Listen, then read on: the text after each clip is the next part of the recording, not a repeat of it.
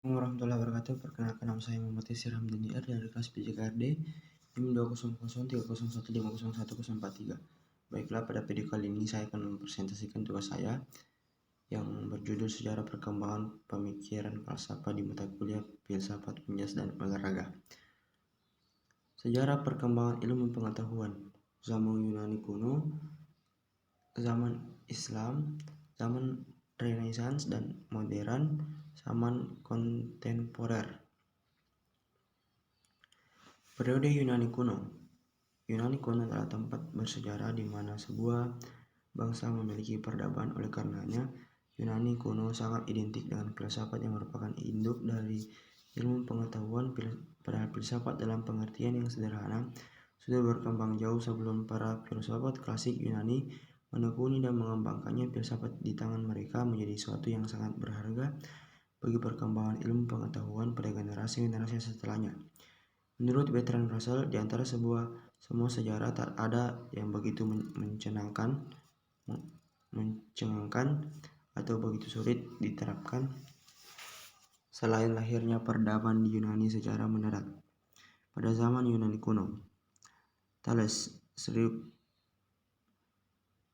624 sampai 545 Masehi sebelum Masehi, kurang lebih 600 tahun sebelum Nabi Isa Yesus lahir, muncul sosok pertama dari Tridente Meletius, yaitu Thales, yang menggebrak cara berpikir mitologis masyarakat Yunani dalam menjelaskan segala sesuatu sebagai saudagar filosof.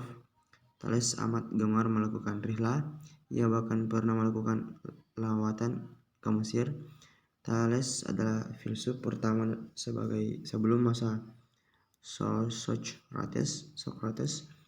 Menurutnya, zat utama yang menjadi dasar segala materi adalah air pada masanya. Ia menjadi filsuf yang mempertanyakan isi dasar alam. Pythagoras 1550 sampai 500 sebelum Masehi.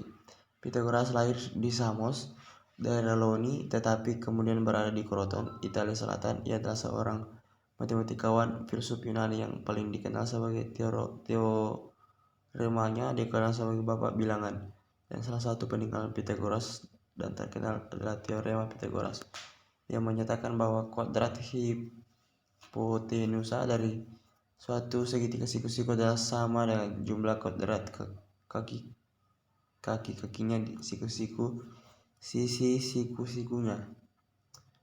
Socrates 469 sampai 399 sebelum Masehi. Socrates lahir di Athena dan merupakan generasi pertama dari ahli filsafat besar dari Yunani, yaitu Socrates, Plato, dan Aristoteles. Socrates adalah yang mengajar Plato, dan Plato pada gilirannya juga mengajar Aristoteles.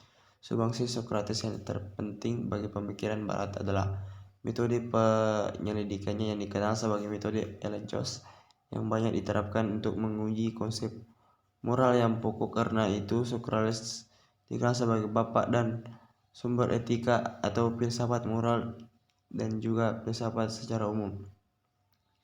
Plato 427 sampai 347 sebelum Masehi. Ia adalah murid Socrates dan guru dari Aristoteles. Karyanya yang paling terkenal ialah Republik Politeia, di mana ia menguraikan garis besar pandangannya pada keadaan ideal. Plato yang hidup di awal abad keempat sebelum Masehi adalah seorang filsuf Hellenes paling tua yang tulisannya masih menghiasi dunia akademisi hingga saat ini. Karyanya Timaeus merupakan karya yang sangat berpengaruh di zaman sebelumnya. Dalam karya ini ia membuat garis besar suatu kosmogoni yang meliputi teori musik yang ditinjau dari sudut pertimbangan dan teori fisika dan fisiologi yang diterima pada saat itu. Aristoteles 384 sampai 333 sebelum Masehi. Aristoteles adalah seorang filsuf Yunani, murid dari Plato dan guru dari Alexander yang Agung. Ia memberikan kontribusi di bidang metafisika, fisika, etika, politik, ilmu kedokteran, dan ilmu alam. Di bidang ilmu alam. Ia merupakan orang pertama yang mengumpulkan dan mengklasifikasikan spesies biologi secara sistematis. Sementara itu di bidang politik, Aristoteles percaya bahwa untuk pilihan yang ideal adalah gabungan dari bentuk demokrasi dan monarki. Periode tidak terbantahkan bahwa Islam sesungguhnya adalah ajaran yang sangat cinta terhadap ilmu pengetahuan. Hal ini sudah terlihat dari pasal yang terkandung dalam Al-Quran yang diwahyukan pertama kali kepada Nabi Muhammad SAW, yaitu surat Al-Alaq dengan diawali kata perintah ikhra yang berarti bacalah. Gairah intelektualitas di dunia Islam ini berkembang pada saat Eropa dan Barat mengalami titik gelapan. Bagaimana dikatakan oleh Joseph Schumpeter dalam buku Magnum Opusnya menyatakan adanya great gap dalam sejarah pemikiran ekonomi dalam 500 tahun, yaitu masa yang dikenal sebagai Dark Ages, masa Renaissance dan modern. Michael, sejarawan terkenal, adalah orang pertama yang menggunakan istilah Renaissance. Para sejarawan biasanya menggunakan istilah ini untuk menunjuk berbagai periode kebangkitan intelektual khususnya di Eropa dan lebih khusus lagi di Italia sepanjang abad ke-15 dan ke-16. Renaissance adalah periode perkembangan peradaban yang terletak di ujung dan sesudah abad ke-8 sampai muncul abad modern. Renaissance merupakan era sejarah yang penuh dengan kemajuan dan perubahan yang mengandung arti bagi perkembangan ilmu. Periode kontemporer. Zaman ini bermula dari abad 20 Masehi dan masih berlangsung hingga saat ini. Saat ini ditandai dengan adanya teknologi canggih dan spesialisasi ilmu-ilmu yang semakin tajam dan mendalam. Pada saat zaman ini, bidang fisika menempati kedudukan paling tinggi dalam banyak dibicarakan oleh para filsuf. Sebagian besar aplikasi ilmu teknologi di abad 21 merupakan hasil penemuan mutakhir di abad 20. Pada zaman ini ilmu yang menonjol dan banyak dibicarakan adalah fisikawan.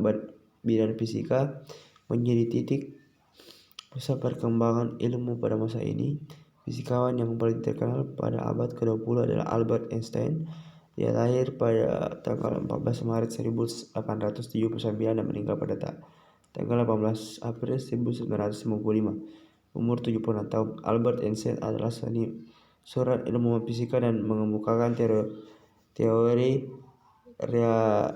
relativitas dan juga menyumbang bagi perkembangan mekanika kuantum, mekanika statistik, dan kosmologi. Itulah tadi pemaparan dari tugas saya. Sekian dan terima kasih. Wassalamualaikum warahmatullahi wabarakatuh. Salam olahraga.